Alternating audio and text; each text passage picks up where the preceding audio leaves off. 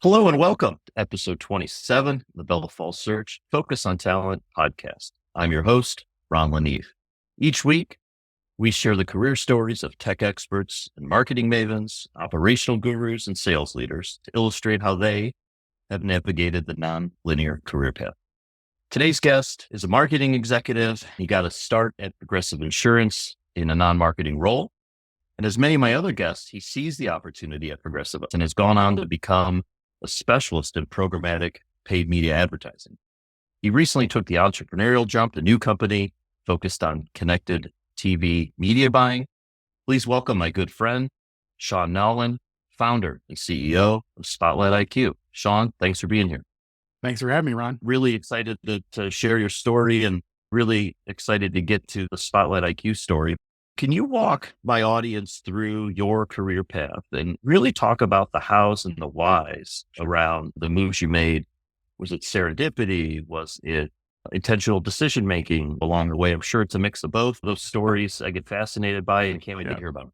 Yeah, I definitely have had a non-linear path. Being in advertising and marketing by the very nature of the business, it proves out to be non-linear anyway. And I would say it's definitely been a mix of both serendipity and purposeful decisions. I graduated from St. Ignatius here in Cleveland in 1996, and I went to Ohio University, go Bobcats. But I will say that I majored in having fun there. I spent a few years before transferring to Cleveland State, but wouldn't have it any other way. I met my wife at an OU alumni function after she graduated. She was a year before me. A lot of great friends, a lot of great experiences there. But I came back to Cleveland, started going to Cleveland State, and a friend of mine who also went to OU came back, and he had started working for this company called Fantasia Fresh Juice. It was one of the original smoothie companies based in Chicago. It was a startup. I got some entrepreneurial lessons there, and I started focusing on work and put classes on hold for a bit.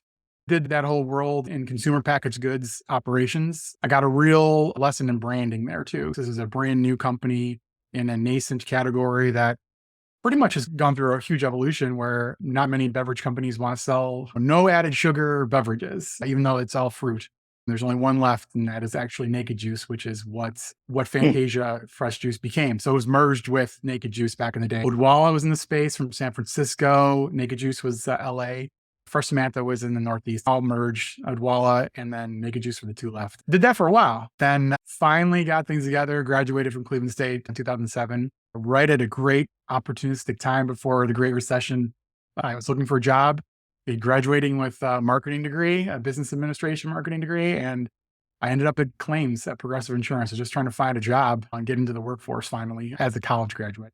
I got started there, and then 18 months later at Progressive, a job in e-marketing opened up, and I got a role there, and I've been on that side of things ever since then. Spent some time at Progressive, left there, went to the agency side, spent time on the agency side working for a company at that time called PPC Associates, and then it became 3Q Digital. They were really performance marketing before growth marketing was a term, based in San Francisco. I spent a lot of time there, then brands, agency side, back and forth, and ended up in Cleveland at a marketing agency called Fathom. Focused on programmatic, then purposely left and went to a custom home builder. That's actually where you and I had met.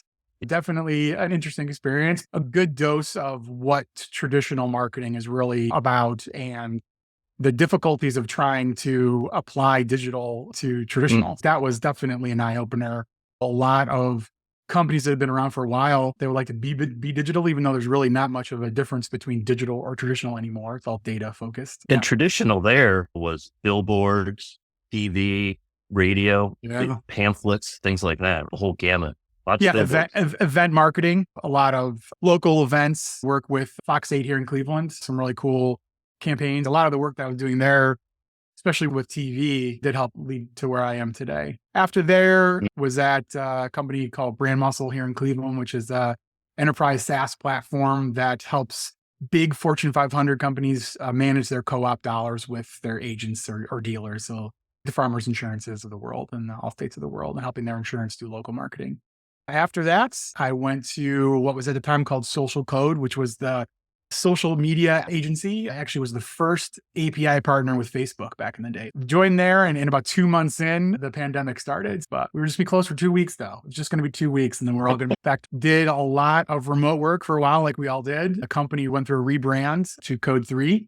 Very interesting to join a company right before the pandemic that went through a rebrand in the pandemic, and all the struggles that came with that, and the downturn in the economy last year. And so I finally made a decision to go the entrepreneur route and launched SpotlightIQ this year. It's still in the programmatic media space, but with focus on connected TV advertising. It's been an interesting route from that time, starting at Progressive till today. I have not had to struggle with putting in applications anywhere, which I know is a very hard thing. I saw a lot of really good people struggle through that and continue to struggle through layoffs. I know that's hard. I would say that every position I've had or opportunity I've had have come from my network. It is a byproduct of a lot of purposeful communication and engagements and relationships I've had over the past 15 years. It comes naturally to me meeting people and getting to know folks. I want to go back to Progressive because I've had a lot of guests on here who've been at Progressive, who've been in non-marketing roles, and now are CEOs of companies and mostly marketing executives. What about the Progressive model led everyone to the opportunities that they're into today? I think that first and foremost, Progressive was an insurance company. They had a lot of firsts, the first.com. Everything they did was rooted in data. And I have a lot of experience with insurance companies. My wife still works for a major insurance company, is an executive there. Everything that she does and works on is rooted in data. I would say Progressive really takes the cake from a data and application of data perspective. And most other insurance companies struggled to keep up with them or kept up with them and did really great things as well. But everything from the product marketing to advertising is all data driven. And Progressive has, in my opinion, probably the richest set of data out there to optimize off of. So especially people in the marketing world who spread their wings out of Progressive, we really learned how data can be an important thing when it comes to creative and when it comes to messaging, not trying to just take shots in the dark. I think that's where Progressive really shone. And obviously having great budget enabled people that work there to do a lot of different testing and have a lot of different exposure to different platforms and partners. So I'd say just the very nature of the richness of the data and the ability to work with a lot of different partners gave people a lot of experience to do different things after they left. And were they intentionally plucking people out of their roles and non-marketing positions into marketing roles? Or was that just the Progressive way, was to promote from within and give people opportunities as opposed to hire external? I agree. I started in claims there. 18 months later, I was looking for a role in marketing. I knew the person who was hiring for the role and I reached out, and my experience with consumer packaged goods and where a product needs to go on a shelf is translated to display advertising and where an ad showed up on the screen. But being there made a huge difference. And they do really move people around there. I know somebody I work very closely with right now started in pricing. Somebody else started in accounting and finance. So they really do get well-rounded individuals. I knew that they do hire outside from time to time, but once you get in there, a lot of people like to stay as well. And a lot of people come back, actually. It's a great company to work for. Smoothies plus claims equal marketing career, fast trajectory. Non-linear, right? Like I said, I want to level set on a couple things: programmatic advertising and connected TV. Can you give some brief definitions of those two things? Absolutely. Programmatic just means biddable media. You're participating in auction. Like, I think everybody's familiar with Google and paid search ads. Everybody's bidding on the right to show up when someone says cheap car insurance. Programmatic media is just a way of making it easier to get different types of media, like video or display banners or audio. But it really became more about the piping and the infrastructure. So it's just a way of delivering ads to a consumer through technology. Connected TV is a part of that, but it's just the natural evolution of old school TV advertising. What used to be, you're calling up a station, you're calling up a local cable system, and you're buying a bunch of spots, getting in front of a ton of people at the same time. Now that everybody's got a set-top box or some sort of streaming platform, it's really become more one-to-one advertising. It's still a premium channel and you have to be careful with it, but it's just a way of buying that media in that programmatic way. And I was lucky enough to be at Progressive before programmatic was even a term. So I've been involved with the industry from the very beginning. I've seen it through struggles and successes become a pretty big, powerful force in media next to Paid search, paid social, like with Facebook and TikTok. We're going to talk about that some more when we talk about Spotlight IQ in a minute. But first, before we get there, the step to being an entrepreneur, to going out on your own, to founding your own company, to taking that leap. I know it wasn't considered lightly, right? You and I talked a lot about it. What led you to jumping off the edge, taking that leap and going for it? It's something that I've always wanted to do. I grew up in an entrepreneurial family. My dad and his twin brother opened a deli. It was called Old River Deli in Rocky River, Ohio. It was really close to home, and they shared this space with the landlord's ice cream shop. It was a struggle. It was a startup grind. They also had a catering business as well. So it was a lot of things going on. It was a struggle for a long time, and actually we're just getting it right when the landlords decided to get out of the ice cream business and offered the whole space to my dad and my uncle. At the same time, they had a family friend who had retired and was looking to invest.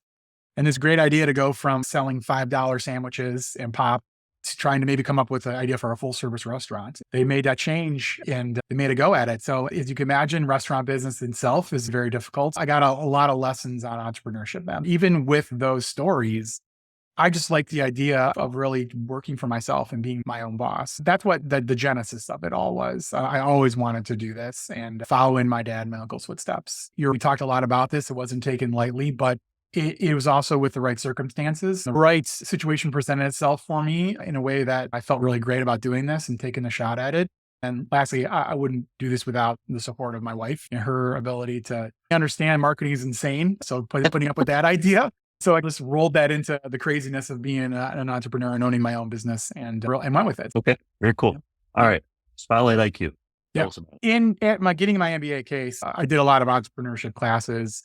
Entrepreneur by acquisition is a big thing at Case now too. It's how to be an entrepreneur just by buying your own business. So I thought about that route, but the advice I got is, you know this so well over 15 years. Why would you want to go buy a company that makes men's grooming products or something like that? That's a fair point. When I thought about what can I do in programmatic, I had taken a lot of lessons from my previous experience, and focus is something that I'm trying to apply here. Within programmatic, a very big growing section is connected television, or also referred to as OTT or over the top. It's specific to the lean back environment in the living room and when you're watching TV there, trying to do the one-to-one connection with consumers when they're in a spot where they're actually used to getting advertised to. But if we can improve that by making sure the right message is getting to that person at a very efficient manner, using really cool things like custom bidding algorithms, first-party data, and then being able to give real insight, not just campaign reporting, but really trying to understand what the audience is and what the brand can learn about that audience. Just focused on connected TV advertising within that space and helping brands get in front of their consumer with that right message. We're in between an agency and a platform. I am not looking to have us be an agency where we're looking to upsell a lot of different services. We just really want to focus on one thing that I think can get ignored at a lot of agencies or brands, and connected TV specifically. On the platform side, we work with the Trade Desk or Beeswax or Pontiac Intelligence. We're just trying to bring the best. We're not looking to build a software solution. We just want to really be focused on advertiser buy side services. If I got to say we're an agency, just to fit into a box, I'd say we're a hybrid connected TV focused agency or CTV agency, but trying to bring the best of the platforms and the agencies to brands. For the consumer who's sitting on their couch at home and watching TV, for the person that knows their phone is listening to them and knows that ads are following them around on the internet, et cetera, used to advertisers following them wherever they go. Can you pull back the curtain on connected TV a little bit, if that's even such a thing, and give me an example of how it works, a real life example of watching a game or watching a show? Yeah, no, I have a great example that was relevant to a conversation I had last week. My daughter plays softball. And spring of 2023, I was watching a lot of softball. I was watching the ESPN app on my Apple TV. I started getting a lot of ads for what was a new campaign at the time for the great company called Great Lakes Brewing Company here in Cleveland. They had just debuted a very heavy IPA called Vivacious. And these ads, I saw them a lot. So I knew that I was being targeted, at least because I'm in Cleveland. And somewhere along the lines, I do have a love of craft beer and bourbon, but somehow I'm probably fitting into that cohort of craft beer fans too. and sports. So I think all those things go together. And I knew that I was more than likely targeted by the agency, but it was a great campaign and it's stuck in my head ever since then. I know that I am also biased to a degree, but I also know that my Gmail account's been free for a reason for 20 years. And I'm okay with the trade-off Yeah. of free if I'm going to get relevant advertising. I Yep. think that's what we're trying to do is serve up relevant advertising. And we work with a lot of different types of companies, CPG, direct to consumer, financial services. Our ideal client is somebody that isn't already a big enterprise, a company that they've got it figured out, but a mid-market brand that's looking to try to do more with their connected TV or take their video on social or otherwise and take it to the next level. Great Lakes is a great example of a mid-market company trying to do something different. And that would be an example of a relevant connected TV advertising that I found personally good. And I like to see, especially supporting local. I agree with you. And again, the other point there is that you and me could both be watching that softball game Yeah. and getting different ads on TV, Yep. correct? Yeah, absolutely. You still have ESPN selling those spots direct. At that time, Wilson Sporting Goods could have been an ad we both would see. But yeah, knowing that you're at Bell Falls, you might have been targeted with something specific to recruiting in the B2B space. I definitely know that I have been as well. I've been retargeted by platforms that I can use because they know that I visited their site, but and relevant to me, not totally creepy. I understand everybody might have a different opinion, but I do think though that there are concerns about privacy. I want to say though, connected TV, by the very nature, it's not like your web browser. There's no cookie in connected TV. So there's a lot of other ways of targeting, but it's not cookie-based targeting. But I would say that yes, there's a concern about privacy and what companies are doing with your data. I think that is very important. We want to be very transparent on our end also. But again, this is the economic model of the internet. So it's like there's got to be a trade-off or you're going to pay for everything. And I don't think everybody wants to pay for every little thing that you're using right now. I've come to grips with it. And I do think a lot of consumers also okay with it to a degree. How was the beer? The beer was very good. The beer was very good. One at a time though, it was very heavy. All right.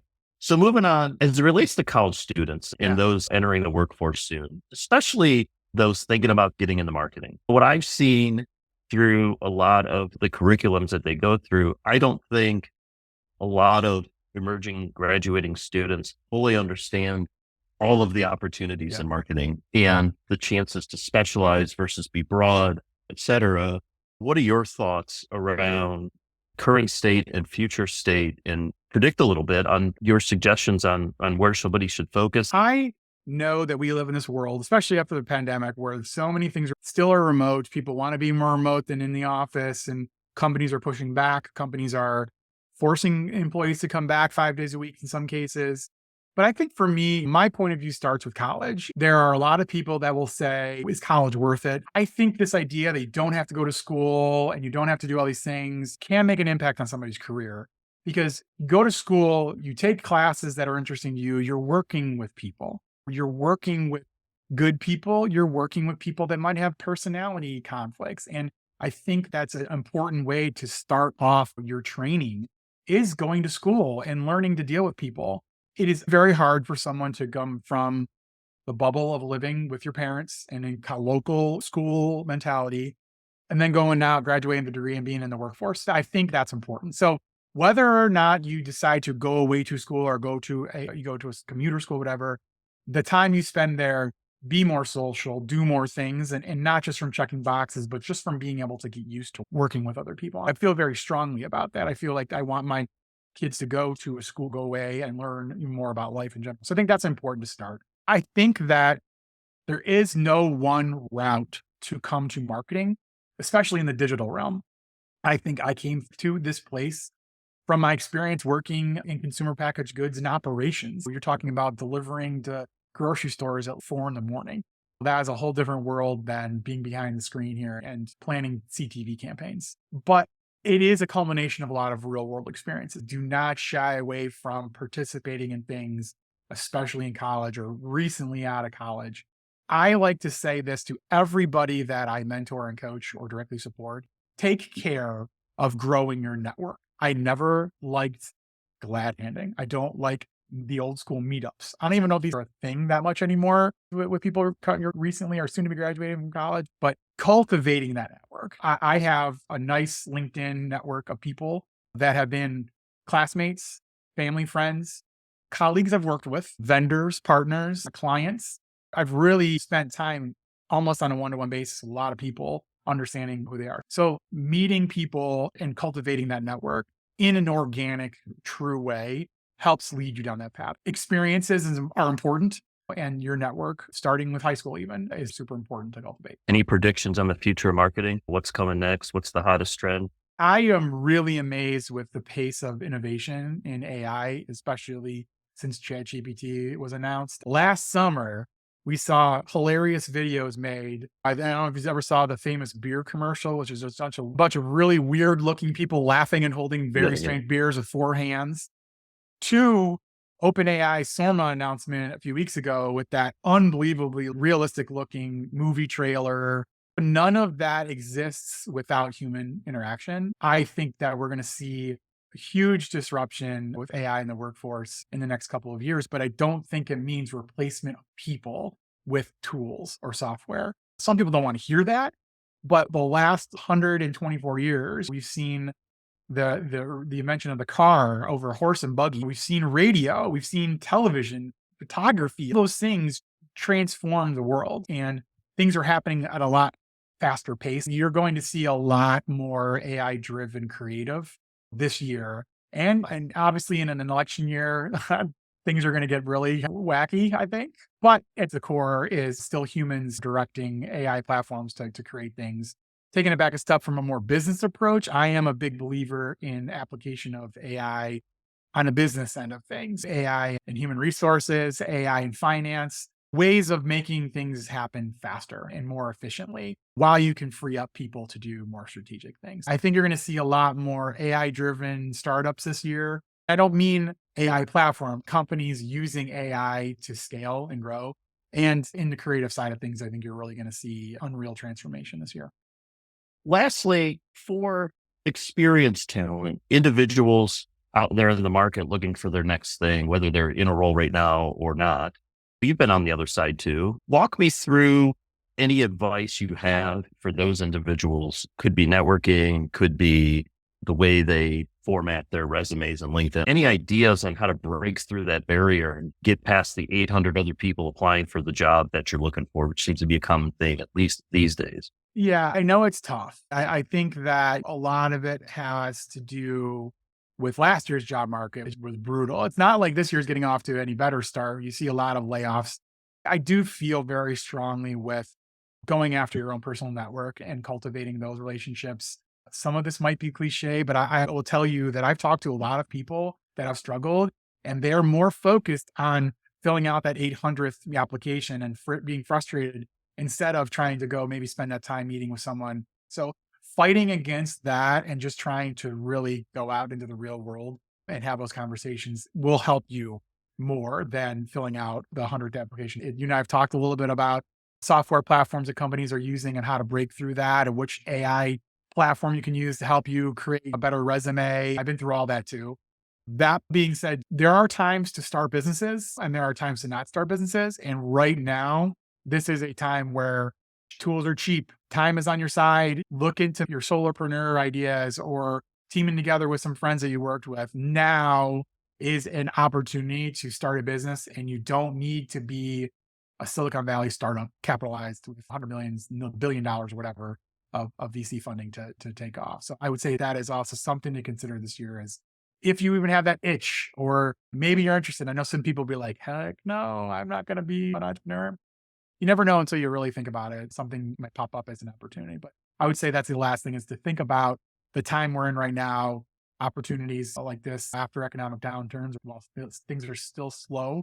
That's an opportunity to take a next step. I wish I could say that was all scripted, but it's not. Those were great pieces of advice, Sean. I appreciate it. And you heard it right here. The Sean Nowlin incubator for new startups is open and taking applications. I love talking to people about business, about marketing, advertising, ad tech. I take a consultative approach to everything in my personal interaction, business interactions, business development interactions. I just like to help And I like to talk about cool stuff when it comes to marketing and advertising, and it somehow comes through and genuine. I've been through a lot and seen a lot of different things and a lot of different life experiences. Lived here in Cleveland, lived up in Detroit, lived in San Diego for a while. So I've been around, traveled and stuff. So I have a definite unique perspective of things.